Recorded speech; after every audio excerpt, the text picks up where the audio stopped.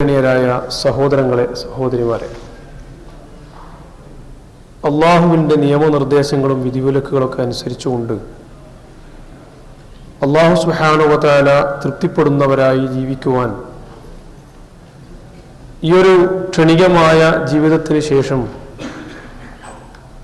പരലോകത്ത് അള്ളാഹുവിൻ്റെ സ്വർഗത്തിലെത്തുന്ന മുത്തഖീങ്ങളായി ജീവിക്കുവാനും മരിച്ചു പോകാനും വളരെ ജാഗ്രതയോടെ തന്നെ, വളരെ ശ്രദ്ധയോടെ തന്നെ നമ്മുടെ ജീവിതത്തെ മുന്നോട്ട് കൊണ്ടുപോകുവാൻ ശ്രദ്ധിക്കണമെന്ന് സ്നേഹത്തോടെയും എന്നാൽ വളരെ ഗൗരവത്തോടെയും ഓരോരുത്തരെയും ഞാൻ ഓർമ്മിപ്പിക്കുകയാണ്. അല്ലാഹു സുബ്ഹാനഹു വ തആല അവൻ തൃപ്തിപ്പെടുന്ന മുഅ്മിനീങ്ങളായി ജീവിക്കുവാൻ നമുക്ക് തൗഫീക്ക് നൽകി അനുഗ്രഹിക്കുമാറാവട്ടെ. നമ്മുടെ ജീവിതം എന്നത് വളരെ ക്ഷണികമാണ്. ദുനിയാവിൽ ഏത് സാഹചര്യത്തിലും എപ്പോഴും അവസാനിക്കുവാൻ ഉള്ള രൂപത്തിലാണ് അള്ളാഹു നമ്മുടെ ജീവിതമൊക്കെ നമുക്ക് നൽകിയിരിക്കുന്നത്. ജീവിതത്തിന്റെ വ്യത്യസ്തങ്ങളായ സാഹചര്യങ്ങളിൽ വിവിധങ്ങളായ അനുഭവങ്ങളെ, വിവിധങ്ങളായ സന്ദർഭങ്ങളെ നമുക്ക് നേരിടേണ്ടി വരും. ഏത് സന്ദർഭത്തിൽ നാം ജീവിച്ചാലും ശരി, ജീവിതത്തിന്റെ ഏതേതോ മേഖലകളിൽ നാം വർത്തിച്ചാലും ശരി, ഈ ലോകത്തുനിന്ന് വിട പറഞ്ഞു പോകണം എന്നത് നമുക്കൊരു നിർബന്ധമായ അല്ലെങ്കിൽ മാറ്റാൻ പറ്റാത്ത ഒരു യാഥാർത്ഥ്യമാണ്. ആ ഒരു തിരിച്ചുപോക്കിൽ നമുക്ക് കിട്ടേണ്ടുന്ന ലക്ഷ്യം നാം നിർണയിച്ചേ പറ്റൂ. കിട്ടുമെങ്കിൽ കിട്ടട്ടെ എന്ന രീതിയിലേക്കുള്ള ഒരു ജീവിതം പരലോകത്തെ സംബന്ധിച്ചിടത്തോളം ബുദ്ധിയുള്ളവർക്ക് ചേർന്നതല്ല. ബുദ്ധിയുള്ളവരെ കുറിച്ച് ആരാണ് ബുദ്ധിമാൻ എന്നൊരു ചോദ്യം റസൂലുള്ളാഹി സ്വല്ലല്ലാഹു അലൈഹി വസല്ലമയോട് ഒരിക്കൽ സഹാബിമാർ ചോദിക്കുന്നുണ്ട്. നബിയെ, ആരാണ് ഈ ബുദ്ധിമാന്മാർ എന്ന്? നമുക്ക് ഒരുപാട് ഉത്തരങ്ങൾ ഉണ്ടായേക്കാം. നമ്മളെ സംബന്ധിച്ചിടത്തോളം നമുക്ക് പല രൂപത്തിൽ അതിൻ്റെ നിർവചനങ്ങളും വ്യാഖ്യാനങ്ങളും കൊടുത്തേക്കാം. പക്ഷെ തിരുമേനി സ്വല്ലല്ലാഹു അലൈഹി വസല്ലം അതിന് കൊടുത്തൊരു മറുപടി നമ്മുടെ ജീവിതത്തെ ചിന്തിപ്പിക്കാൻ പറ്റുന്നതാണ്. റസൂലുള്ളാഹി പറഞ്ഞു, അൽ കയ്യിസു മൻ ദാന നഫ്സഹു വഅമില ലിമാ ബഅദൽ മൗത്ത് വൽ ആജിസു യത്ബഉ നഫ്സഹു ഹവാഹു വയതമന്ന അല അല്ലാഹ്. നബി സല്ലല്ലാഹു അലൈഹി വസല്ലം അതിന് കൊടുത്ത മറുപടി ഇത്. ബുദ്ധിമാന്മാൻ അല്ലെ തിരിച്ചറിവുള്ളവൻ എന്നൊക്കെ പറഞ്ഞാൽ ഈ ഭൗതിക ലോകത്ത് അള്ളാഹു നിശ്ചയിച്ച ജീവിതം ജീവിച്ചു പോകുമ്പോൾ തന്നെ മരണാനന്തര ജീവിതത്തിന് വേണ്ടി പരിശ്രമിക്കുന്നവനാണ് ബുദ്ധിമാന്മാൻ. ഈ ദുനിയാവിലെ ജീവിതത്തിൽ നാം നമ്മുടെ വ്യത്യസ്തങ്ങളായ അനുഭവങ്ങളും അതുപോലെ തന്നെ അനുഗ്രഹങ്ങളും ഉപയോഗപ്പെടുത്തി ജീവിച്ച് മുന്നോട്ട് പോകുമ്പോൾ തന്നെ മരണാനന്തരം ഒരു ജീവിതം വരാനുണ്ട് എന്ന യാഥാർത്ഥ്യബോധത്തോടുകൂടി ഉൾക്കൊണ്ടുകൊണ്ട് അതിനുവേണ്ടി പരിശ്രമിക്കാനുള്ള തിരിച്ചറിവും ചിന്താശക്തിയും ഉള്ളവനാണ് ബുദ്ധിമാൻ. വൽ ആജിസ്, ദുർബലൻ എന്നൊക്കെ പറഞ്ഞാൽ, അല്ലെങ്കിൽ ആ നിലക്ക് ബുദ്ധിശൂന്യൻ എന്നൊക്കെ പറഞ്ഞാൽ, യത്ബഉ നഫ്സഹു ഹവാഹു, സ്വന്തം നഫ്സിന്റെ താല്പര്യങ്ങളും ആഗ്രഹങ്ങളും തോന്നിയതുപോലെ പിൻപറ്റിക്കൊണ്ടു പോവാൻ ഒരു നിയന്ത്രണവും ഇല്ല. എന്ത് ചെയ്യണം, എങ്ങനെ ചെയ്യണം എന്നൊക്കെ സ്വന്തം താല്പര്യവും ഇഷ്ടവും തന്നിഷ്ടം നശിക്കാവാന്ന് പറഞ്ഞതിന്റെ അർത്ഥം. മലയാള ഭാഷാന്തരം ദേഹേച്ഛ എന്നൊക്കെ നമ്മൾ നല്ല ഭാഷ പറയും. അതിനനുസരിച്ച് ഇങ്ങനെ പോകും. ഒരു പ്രത്യേക ഗൈഡ് ലൈൻ ഒന്നുമില്ല, അങ്ങനെ പോകും. എന്നിട്ടോ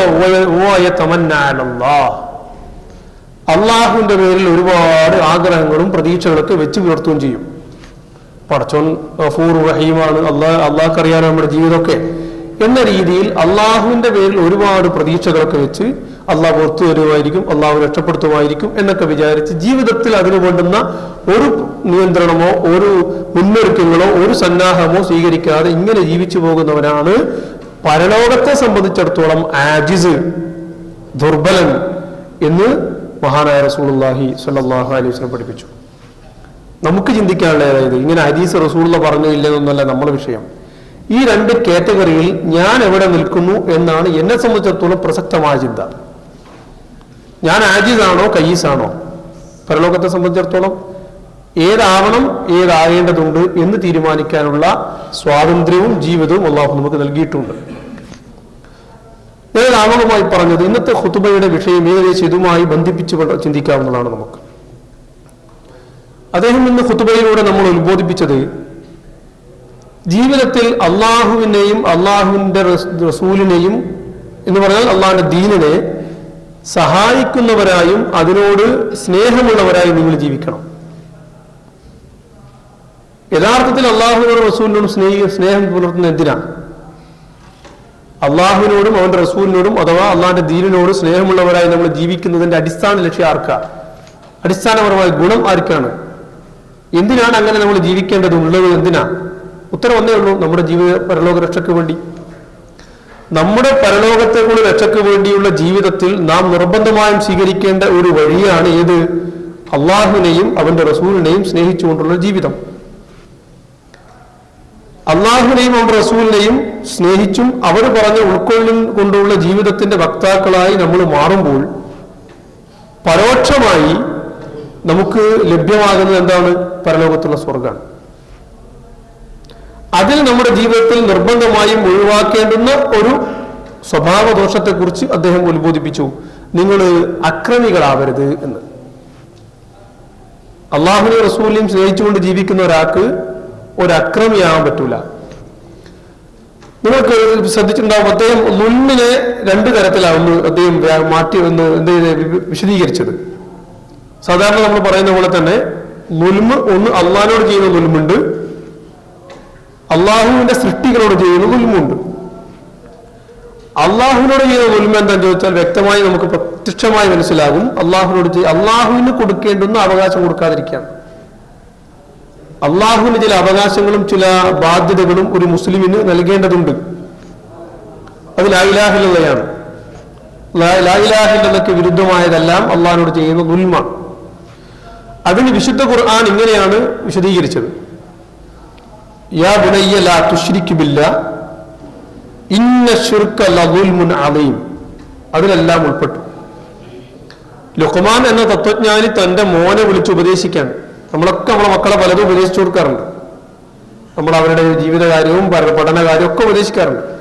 പക്ഷെ അദ്ദേഹം ഉപദേശിക്കുന്നതിൽ വളരെ പ്രസക്തമായ, അദ്ദേഹം അത് മാത്രം ഉപദേശിച്ചു എന്നല്ല ഖുർആൻ പറഞ്ഞത്. ഒരുപാട് കാര്യം വേറെ ഉപദേശിച്ചിട്ടുണ്ടാവും. അതിന് പ്രസക്തമായത് ഖുർആൻ എടുത്തു കൊടുക്കുകയും ചെയ്തിട്ടുണ്ട്. പക്ഷെ അതിൽ ഒന്നാമതായി അദ്ദേഹം പറഞ്ഞെന്താ?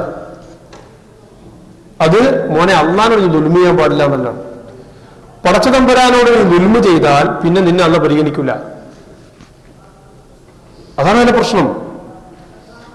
അള്ളാഹുവിനോടുള്ള ദുൽമ, അള്ളാഹുവിന് കൊടുക്കേണ്ടുന്ന അവകാശം പടച്ചവന് കൊടുക്കേണ്ടത് പടപ്പിന് കൊടുക്കാൻ പാടില്ല. അതന്നെ ചുരുക്കത്തിൽ പറഞ്ഞാൽ.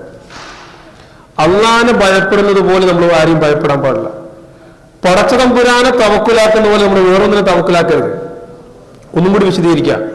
നമുക്കെപ്പോഴും നമ്മുടെ തവക്കുലുണ്ടല്ലോ, പലപ്പോഴും നമ്മുടെ ജോലിയിലോ നമ്മുടെ ജോലി നൽകുന്നവരിലോ നമ്മുടെ ജോലി നൽകുന്ന സ്ഥാപനങ്ങളിലൊക്കെ നമ്മുടെ തവക്കുല്, പടച്ചവനെ നഷ്ടപ്പെട്ട ഞാനെന്താ ചെയ്യുക, എൻ്റെ കാര്യം എന്തായി പോവും എന്നൊക്കെയാണ്.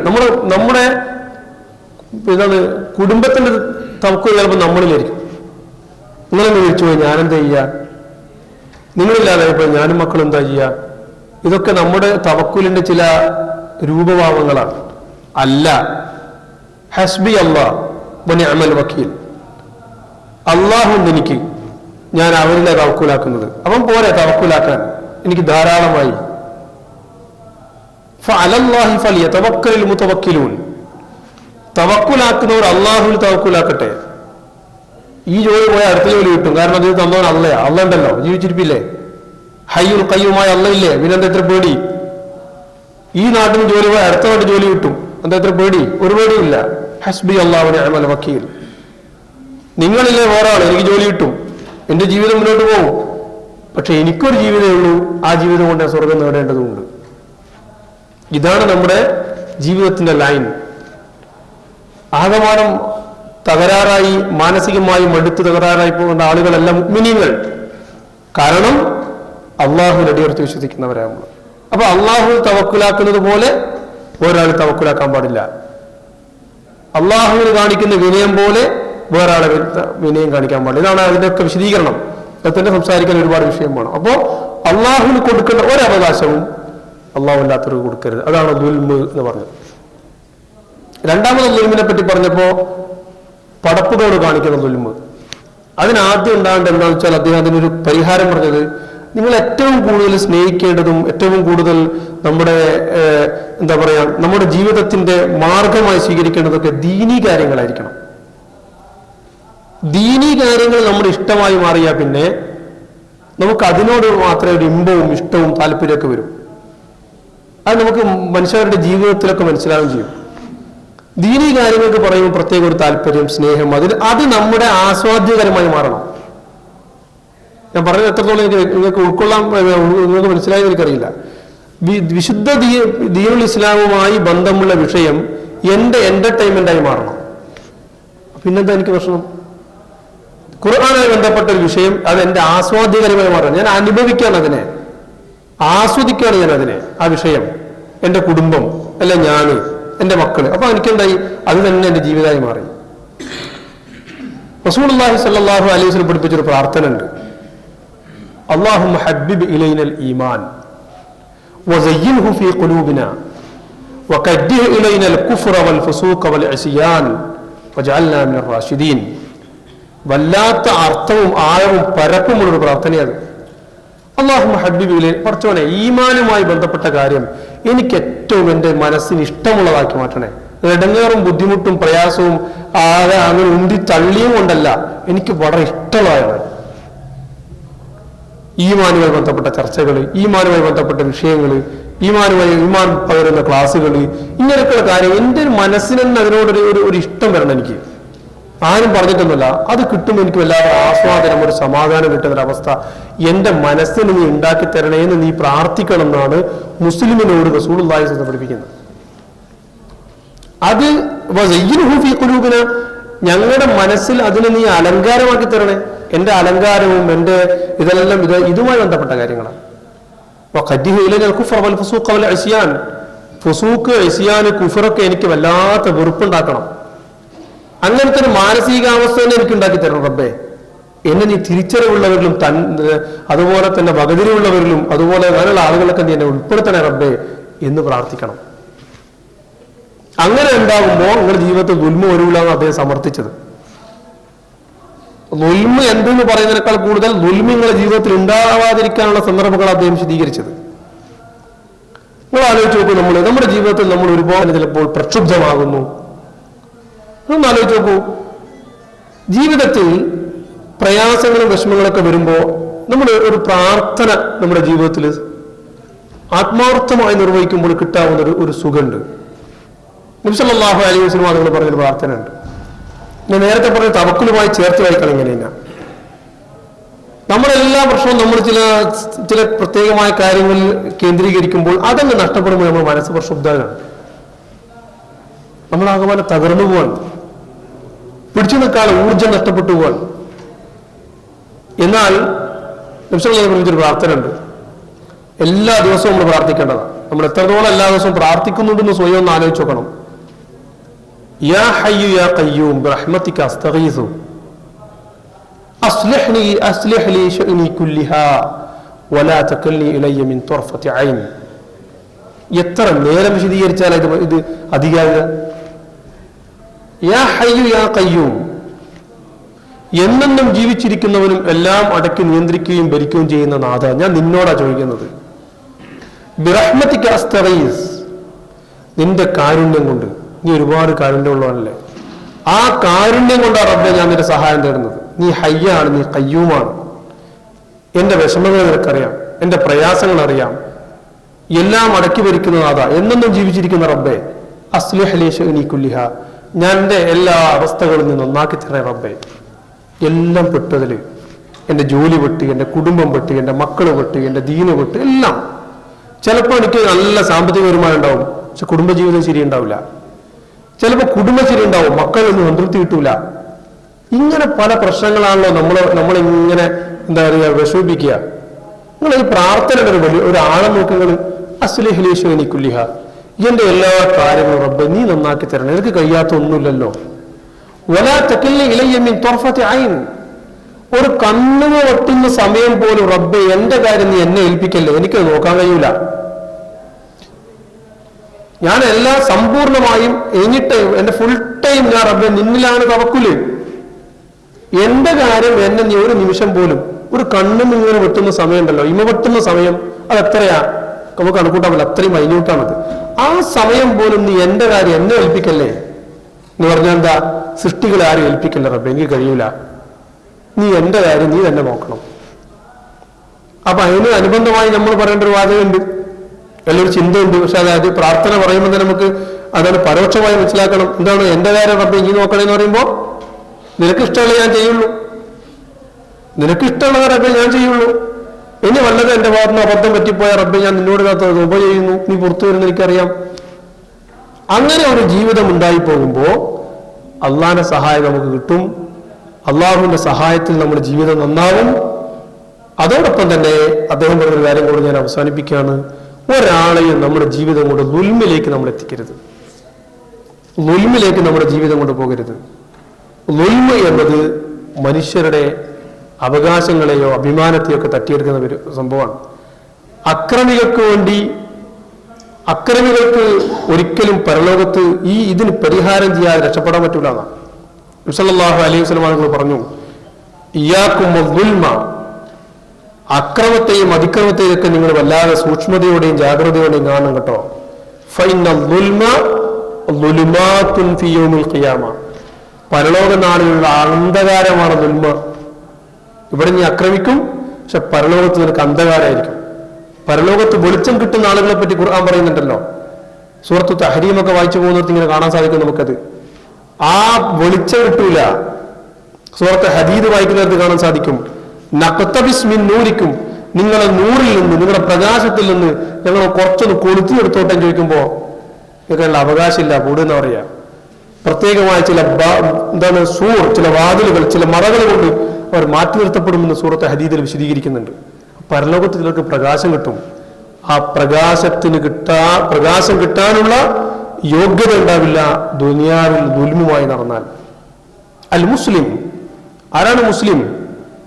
വളരെ ലളിതവും വളരെ വിശാലവുമായ ഒരു വ്യാഖ്യാനം പ്രവാചകൻ പഠിപ്പിച്ചെന്നു. അൽ മുസ്ലിമു മൻ സലിമ അൽ മുസ്ലിമൂന മിൻ ലിസാനിഹി വയദിഹി, മറ്റു മുസ്ലിമീങ്ങൾ പ്രത്യേകിച്ച് തന്റെ കയ്യിലിന്റെ ഉപദ്രവത്തിൽ നിന്നും നാവിന്റെ ഉപദ്രവത്തിൽ നിന്നും സുരക്ഷിതരായിരിക്കണം, അവനാണ് മുസ്ലിം. നിസ്കരിക്കുന്നവനും നോമ്പെടുക്കുന്നവനും അല്ല പ്രവാചകൻ പഠിപ്പിച്ച നിർവചനം. എന്റെ നാവിന്റെ ഉപദ്രവത്തിൽ നിന്ന്, എന്റെ കൈയിന്റെ ഉപദ്രവത്തിൽ നിന്ന് മറ്റു മുസ്ലിമീങ്ങൾ, മിനിമം മറ്റു മുസ്ലിമീങ്ങളെങ്കിലും സുരക്ഷിതരായിരിക്കണം, എങ്കിൽ ഞാൻ മുസ്ലിമാണ്. അതിനടുത്ത് നിസ്കരിക്കേണ്ട നോമ്പൊക്കെ ഉണ്ടാകുന്നല്ല. റസൂലുള്ളാഹി ഓരോ സമയത്ത് ഓരോ നിർവചനം പഠിപ്പിച്ചു കൊടുക്കും. അത് പ്രവാചകന്റെ അധ്യാപനം നോക്കിയാൽ മനസ്സിലാവും. ഓരോ സമയത്ത് ഓരോന്നാ പഠിപ്പിക്കുക. അപ്പോൾ എന്റെ നാവ് കൊണ്ട്, എന്റെ കൈ കൊണ്ട് ആരും ഒരു മുസ്ലിമെങ്കിലും ആക്രമിക്കപ്പെടാൻ പാടില്ല. ഇവിടെ യദ് എന്ന പ്രയോഗത്തിൽ ഞാൻ സാധാരണ പറഞ്ഞ വിശദീകരണമുണ്ട്, ഒരു വ്യാഖ്യാനമുണ്ട്. യദ് എന്ന് പറഞ്ഞ കൈ എന്നർത്ഥം. സാധാരണ ഇതിലേക്ക് നമ്മൾ ഹാൻഡ് എന്നർത്ഥം ഉപയോഗിക്കുന്ന പല പ്രയോഗങ്ങളുണ്ടല്ലോ, അയാൾക്ക് അവിടെ വല്ല ഹാൻഡാണ് ആ ഡിപ്പാർട്ട്മെന്റിൽ എന്ന് പറഞ്ഞാൽ അവിടെ കൈയുണ്ട് എന്ന് പറഞ്ഞാൽ എന്താ, നിന്റെ സ്വാധീനം കൊണ്ട് ഒരാൾ ഉപദ്രവിക്കപ്പെടാൻ പാടില്ല. നിന്റെ രാഷ്ട്രീയ സ്വാധീനം, നിന്റെ സാമ്പത്തിക സ്വാധീനം, നിന്റെ മറ്റെന്തെങ്കിലും സ്വാധീനം കൊണ്ട് അയാളെ നീ ഉപദ്രവിക്കരുത്.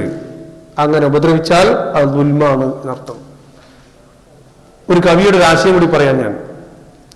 മർദ്ദിക്കപ്പെട്ട ഒരാള് അയാൾക്ക് ഉറക്കം വരൂല.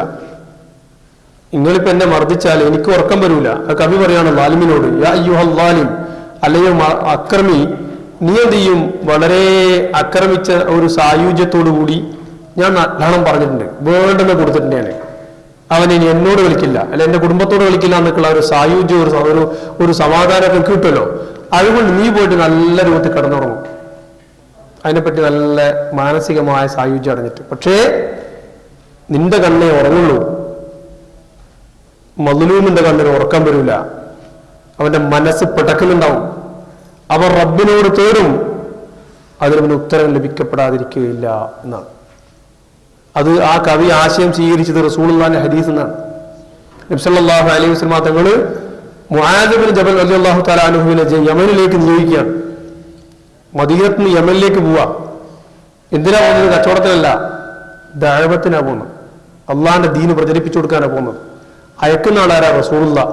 പോകുന്ന ആളാരാ? സഹാബി. ആ പോകുമ്പോൾ കൊടുക്കുന്ന ഉപദേശങ്ങൾ കുറെ കൊടുത്ത് എന്നിട്ടൊരു ഉപദേശം കൂടി പറഞ്ഞ് പോകുന്ന കാര്യമൊക്കെ നല്ല തന്നെയാണ്. പക്ഷെ ചെയ്യുന്ന കർമ്മത്തിൽ ചില പോളിസി ഉണ്ടാവണം. എന്താ? ആരെയും ഇതുകൊണ്ട് ആക്രമിക്കരുത്. ഇതിനെ ആക്രമിച്ച് പിടിപ്പിക്കാൻ പാടില്ല. ഇത്തഖി ദഅവത്തൽ മദ്ലൂം, മർദിതന്റെ പ്രാർത്ഥനയെ നീ ഭയപ്പെടണം എന്നാണ്, സൂക്ഷിക്കണം എന്നാണ്. ഫലൈസ ബൈനഹു വബൈനല്ലാഹി തആല ഹിജാബ്, അള്ളാഹുവിന്റെയും ആ മർദിതന്റെയും പ്രാർത്ഥനക്കിടയിൽ മറയില്ല, പെട്ടെന്ന് സ്വീകരിക്കപ്പെടും എന്നാണ്. അതുകൊണ്ട് തന്നെ നമ്മൾ അക്രമികളാകാൻ പാടില്ല, ദീന് കൊണ്ടും ദുനിയാവ് കൊണ്ടും. ഇനി മുമ്പേതൊരു ക്ലാസ്സിൽ പറഞ്ഞ ആശയം കൂടി ചേർത്തി വായിക്കുകയാണ്. ഇവിടുന്ന് നമ്മൾ നിസ്കരിക്കും, നോമ്പെടുക്കും, സക്കാത്ത് കൊടുക്കും, സ്വതക്ക കൊടുക്കും, സൽപ്രവർത്തനം ചെയ്യും, ഒക്കെ ചെയ്യും. അതോടൊപ്പം തന്നെ നാവ് കൊണ്ടും കൈകൊണ്ടൊക്കെ ആളുകൾ ആക്രമിക്കുകയും ചെയ്താൽ ഈ നിസ്കരിച്ചതും നോമ്പെടുത്തുമായ സൽപ്രവർത്തനങ്ങൾ എടുത്ത് അപ്പുറത്ത് കൊടുത്ത് നമ്മൾ നരകത്തിലേക്ക് പോകേണ്ട അവസ്ഥ വരും എന്നത് ഇമാം മുസ്ലിം റിപ്പോർട്ട് ചെയ്ത മുഫ്ലിസ് ആരാണ് എന്ന് ചോദിക്കുന്ന ഹദീസിന്റെ വിശദീകരണവും വ്യാഖ്യാനവുമായി നമ്മൾ പഠിച്ചതാണ്. ഇനി അവന് തെറ്റില്ലെങ്കിൽ, എന്റെ ഭാഗത്ത് കൊടുക്കാൻ നന്മയില്ലെങ്കിൽ അവന്റെ നന്മ ഇങ്ങോട്ടേക്ക് എടുക്കേണ്ടി വരും എന്നുകൂടി റസൂലുള്ളാഹി സ്വല്ലല്ലാഹു അലൈഹി വസല്ലം പഠിപ്പിക്കുന്നുണ്ട്. അവ അവസാനിപ്പിക്കുന്നു. ഇതാണ് ആശയം. ഒന്ന്, അള്ളാഹുവിനെയും അവന്റെ റസൂലിനെയും ജീവിതത്തിൽ ഏറ്റവും സ്നേഹിക്കുന്നവരായി മാറുക. അതിന് ചില നമ്മളെ ഇഷ്ടങ്ങളൊക്കെ ചിലപ്പോൾ മാറ്റിവെക്കേണ്ടി വരും. കാരണം നമ്മൾ സ്വതന്ത്രമല്ല. നമ്മൾ അള്ളാഹുവിന്റെ റസൂലിന്റെയും ആ ഒരു നിർദ്ദേശങ്ങളനുസരിച്ച് ജീവിച്ചു പോകാൻ നിയുക്തരായ ആളുകളാണ്. അതുകൊണ്ടല്ലേ റസൂൽ നിങ്ങളെ പഠിപ്പിച്ചത്, നീ ദുനിയാവിൽ ഒരു ജയിലിൽ ജീവിക്കും പോലെ ജീവിക്കേണ്ടത്. കാഫിറിന്റെ സ്വർഗ്ഗമാണോ ഇത്? നിന്റെ സ്വർഗം വേറെ ഉണ്ട്. അറിയാലോ ഹദീസ് നമുക്ക്, അദ്ദുനിയാ സിജ്നുൽ മുഅ്മിനി വ ജന്നത്തുൽ കാഫിർ, ജന്നത്തുൽ കാഫിറാണിത്. അപ്പൊ നിനക്ക് ചില ചിട്ടവട്ടങ്ങളൊക്കെ ഉണ്ടാവണം അവിടെ. എന്തിനാണ് നിനക്ക് ചിട്ടവട്ടം? അവിടെ സ്വർഗം കിട്ടാൻ വേണ്ടിയിട്ടാ. നീ അതിന്റെ എന്താ പറയാ, പ്രൈമറി ക്വാളിഫിക്കേഷൻ നേടിയിട്ടുണ്ട്. അതെന്താ? ലാ ഇലാഹ ഇല്ലല്ലാഹ് മുഹമ്മദ് റസൂലുള്ളാഹ് ഉണ്ടെങ്കിൽ ബാക്കി നീ അങ്ങോട്ട് ശ്രമിച്ചോ. അതുവരെ ഇല്ലാത്തവരാ അതുകൊണ്ട് അവരുടെ ഇഷ്ടം പോലെ ജീവിച്ചോട്ടെ എന്നാണ്. അതുകൊണ്ട് അള്ളാഹുവിനെ റസൂലിനെയും കൂടുതൽ സ്നേഹിക്കുന്നവരായി മാറുക. അപ്പൊ നമ്മുടെ ഇഷ്ടങ്ങളൊക്കെ കുറച്ചൊക്കെ അഡ്ജസ്റ്റ് ചെയ്യേണ്ടി വരും. രണ്ട്, നമ്മുടെ ജീവിതം കൊണ്ട് ഒരാളെ ഉപദ്രവിക്കാതിരിക്കുക. മൂന്നാമതൊരു കാര്യം പ്രധാനം, ജീവിതം വളരെ വളരെ പരിമിതമാണ്, ക്ഷണികമാണ്. ആ ജീവിതത്തിനുള്ളിൽ സ്വർഗം നേടാനുള്ള പരിശ്രമം ഉണ്ടാവുക. അള്ളാഹു നമ്മെ അനുഗ്രഹിക്കുമാറാവട്ടെ. ربنا آتنا في الدنيا حسنة وفي الآخرة حسنة وقنا عذاب النار. ربنا هب لنا من أزواجنا وذرياتنا قرة أعين واجعلنا للمتقين إماما. اللهم آتنا خير الدنيا وخير الآخرة واصرف عنا شر الدنيا وشر الآخرة. ربنا آتنا من لدنك رحمة وهيئ لنا من أمرنا رشدا. اللهم اغفر للمؤمنين والمؤمنات والمسلمين والمسلمات والأحياء منهم والأموات إنك مجيب الدعوات يا قاضي الحاجات. اللهم ربنا تقبل منا إنك أنت السميع العليم وتب علينا يا ربنا إنك أنت التواب الرحيم واغفر لنا إنك أنت الغفور الرحيم والحمد لله رب العالمين.